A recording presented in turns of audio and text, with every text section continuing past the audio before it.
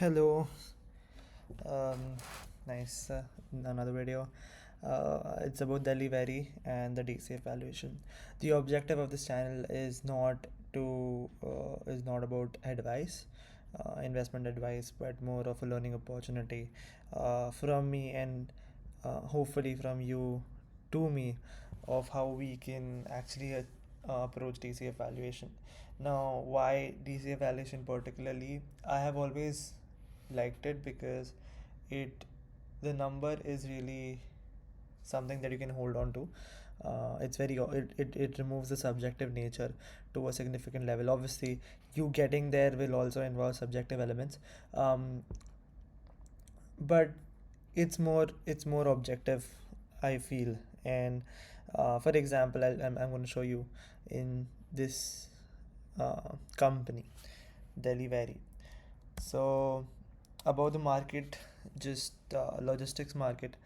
Um, the IMF has expressed concerns regarding recent trade and protectionist policies by major economies, and the volatile geopolitical environment and uncertainty around the tariffs imposed by the US are fueling risk to inflation and growth trajectory to all of the markets. And logistics markets is connected to all of the markets, so it really moves with how the market moves, right?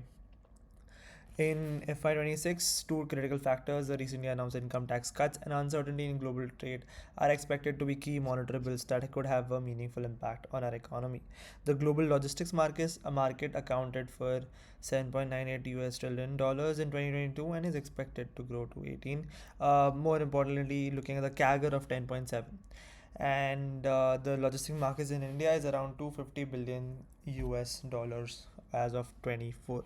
India has jumped 6 places over last year to 38 out of 139 countries in the 7th edition of the Logistics Performance Index. Essentially, how well we are doing it. Now, this video is again, I'm sorry to I missed the sun. This video is not to give you information about uh, the company. I think there are plenty of resources online that can show you. So what I want to go to is DCF valuation, but I want to go overlooking what the company has done, just so we understand the key pointers.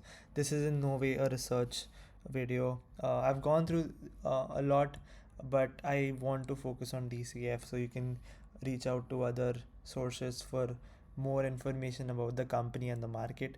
um, I would just be giving an overview and getting to the DCF valuation later. Now, business model. Delivery began as an e-commerce delivery startup and has grown into India's largest integrated logistics company. The company provides end-to-end logistics solutions, express parcel. So, for example, B2C e-commerce parcel that we have, part truckload, which, as the name suggests, you only have certain clients fill part of the truckload. So if you have a truck going from Mumbai to Pune, one of the clients can just 3 4 clients can have their own part of the parcel in the truck.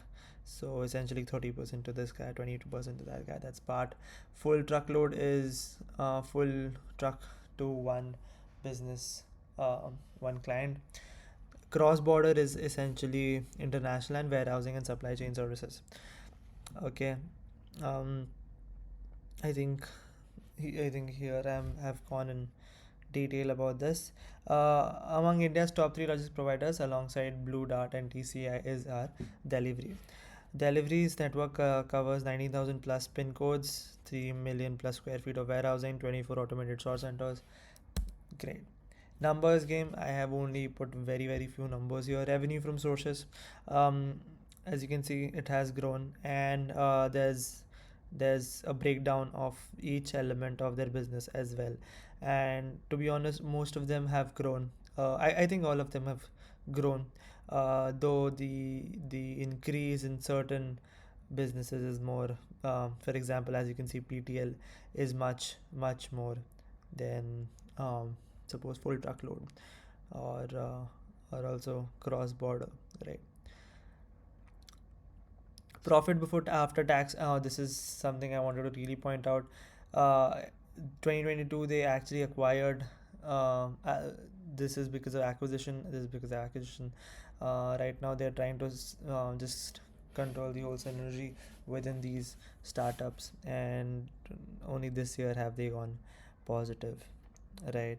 And contribution of top 5 customers to the overall business, so 43 to 39, it's gone down to Misho was one of their many main clients. I think they have also started their own logistics company, logistics business unit. Coming to the DCA valuation, I think this is where we want to focus on. I think this, for an Indian company, pretty much remains the same. Average equity risk premium of this of our exchange is 7%.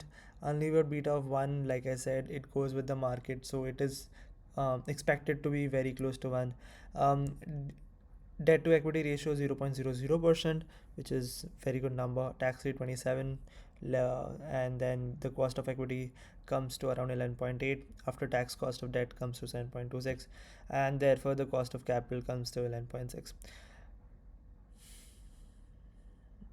Um, yeah, I think free cash flow I reached to 106482 lakhs INR, and then I did a growth rate of 12%, 12%, 12%, then 10% for 3 years, and 8% for 2 years, 6% to 2 years. The terminal value I took it to be as much as the risk-free rate, which is 4%. And with all this information, I came to a value of 255 rupees. The current price is 431, so in my personal opinion it is overvalued. And I think it has to still show a lot of its profit before it actually can um, convert. Yeah, that's it. Thank you. Let me know in the comments, what do you think of this, or have I missed anything, or any company you want me to do next, because essentially I think I am also a student, I am no professional.